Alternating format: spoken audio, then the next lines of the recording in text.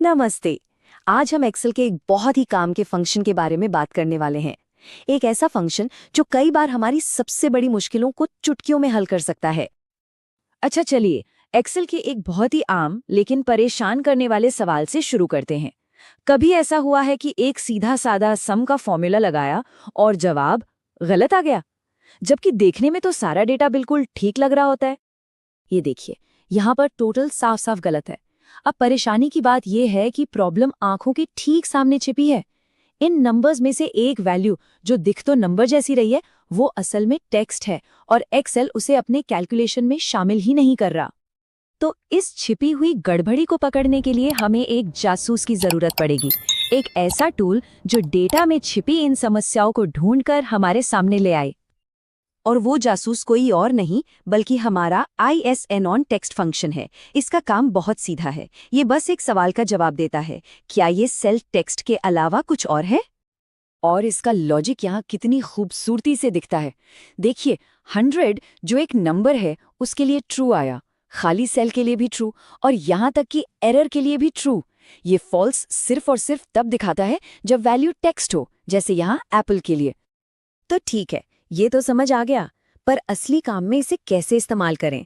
मान लीजिए हमें किसी और सिस्टम से आया हुआ बहुत सारा डेटा साफ करना है। जरा सोचिए, हमारे पास हजारों लाइनों का ऐसा डेटा है। अब इसमें से एक एक करके उन सेल्स को ढूंढना जो नंबर जैसे दिखते हैं पर हैं टेक्स्ट, इसमें तो घंटों लग जाएंगे और फिर भी गलती की गुंजाइश बनी रहेगी। लेकिन इसका एक बहुत ही आसान 4 स्टेप का तरीका है। इस तरीके से हम पूरी लिस्ट में मौजूद हर गड़बड़ी वाले सेल को एक झटके में पकड़ सकते हैं। जैसे ही हम हेल्पर कॉलम पर फॉल्स के लिए फिल्टर लगाते हैं, बूम, सारे गड़बड़ वाले सेल्स तुरंत सामने आ जाते हैं।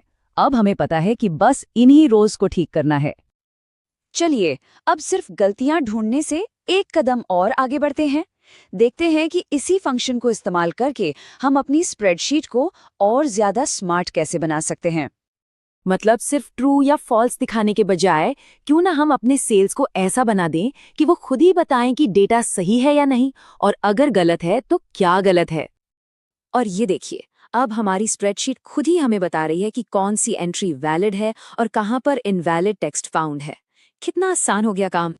लेकिन सोचिए, अगर हमारा मकसद टेक्स्ट वैल्यू को ढूंढना नहीं बल्कि उन सभी चीज़ों को गिनना हो जो टेक्स्ट नहीं है, जैसे कि सिर्फ नंबर्स, डेट्स या खाली सेल्स की गिनती करनी हो। इसके लिए एक थोड़ी एडवांस्ड पर बहुत ही जबरदस्त टेक्निक है। इसमें हम दो फंक्शंस इज नॉन टेक्स्ट और सम प्रोडक्ट को एक साथ इस्तेमाल करते हैं और हमें कोई हेल्पर कॉलम बनाने की भी जरूरत नहीं पड़ती। अब ये फॉर्मूला दिखने में थोड़ा मुश्किल लग सकता है, पर असल में ये बहुत लॉजिकल है। सबसे पहले ISNON टेक्स्ट हमें ट्रू और फॉल्स की एक लिस्ट देता है। फिर ये जो 2 छोटे डैश है ना, जिन्हें डबल नेगेटिव कहते हैं, ये बड़ी चालाकी से ट्रू को 1 में और फॉल्स को 0 में बदल देते हैं। और बस फिर सम प्रोडक्ट इन सभी 1 और 0 को जोड़कर हमें फाइनल गिनती दे देता है। एक और मजेदार बात, ISNON टेक्स्ट अकेला नहीं है। ये तो एक्सेल के IS फंक्शंस के एक पूरे परिवार का हिस्सा है और सब के सब डेटा की जांच पड़ताल करने का ही काम करते हैं। जैसे IS टेक्स्ट ठीक इसका उल्टा काम करता है। फिर IS नंबर है, IS ब्लैंक है, IS एरर है।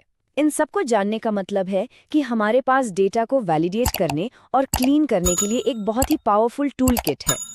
तो आज की सबसे ज़रूरी बात यह है कि ISNON text function number 1 tool है, जो हमारे फॉर्मूला को टूटने से बचाने के लिए डेटा में छिपी हुई अनगिनत समस्याओं को पहले ही पहचान लेता है। और अब अंत में बस एक सवाल, ये नया टूल सीख लेने के बाद अब अपनी मौजूदा वर्कबुक्स में ऐसी कौन सी छिपी हुई गलतियां हैं जिन्हें ठीक करके उन्हें और भी ज़्यादा सटीक और भरोसेमंद बनाया जा सकता है? सोचिएगा ज़रूर।